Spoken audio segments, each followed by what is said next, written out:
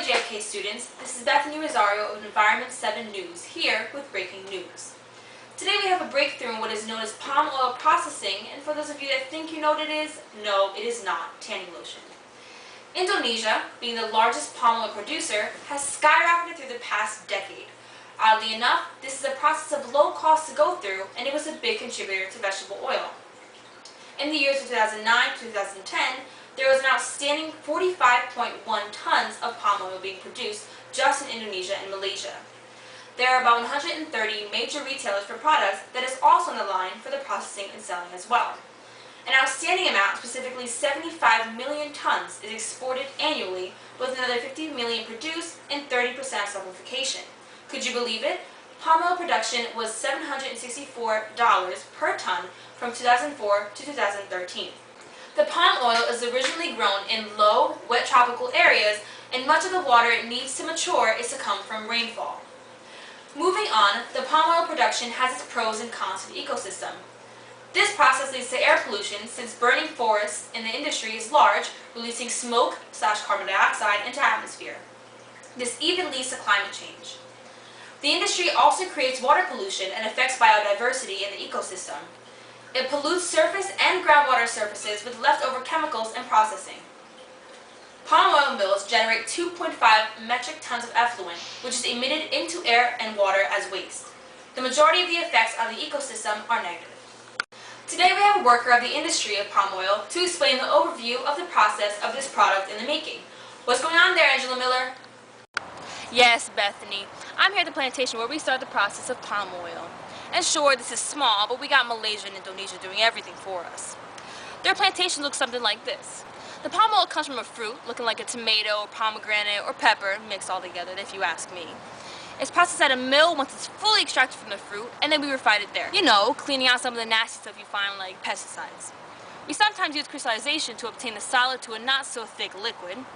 The melting process is making oil sustainable for foods and non-food products. We ship it from there.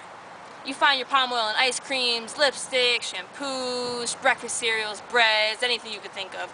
It fills up half the supermarket shelves. Bet you didn't think that. You didn't know about that. Even the paper pulp and the cigarette paper come from Malaysia and Indonesia come from a quarter of the palm oil I'm talking about today. How about that? Thank you, Angela. You got a lot going on there. Now, palm oil has its sources of renewable resources. In a good way, it benefits the environment by reducing carbon dioxide emissions. It also solves agricultural disposal problems, recovering energy and biofuel, so while it's being raised in the plantations, the only exception is that it is sprayed with the necessary pesticides. There is more negative effect towards pollution because the method of the whole process includes increased electric bills. The energy used for the industry sucks up other people's household energy, which comes off on their bills as well. Fruit bunches from this burn and make the air pollution that hovers over these mills. But where do the waste products go? Simple.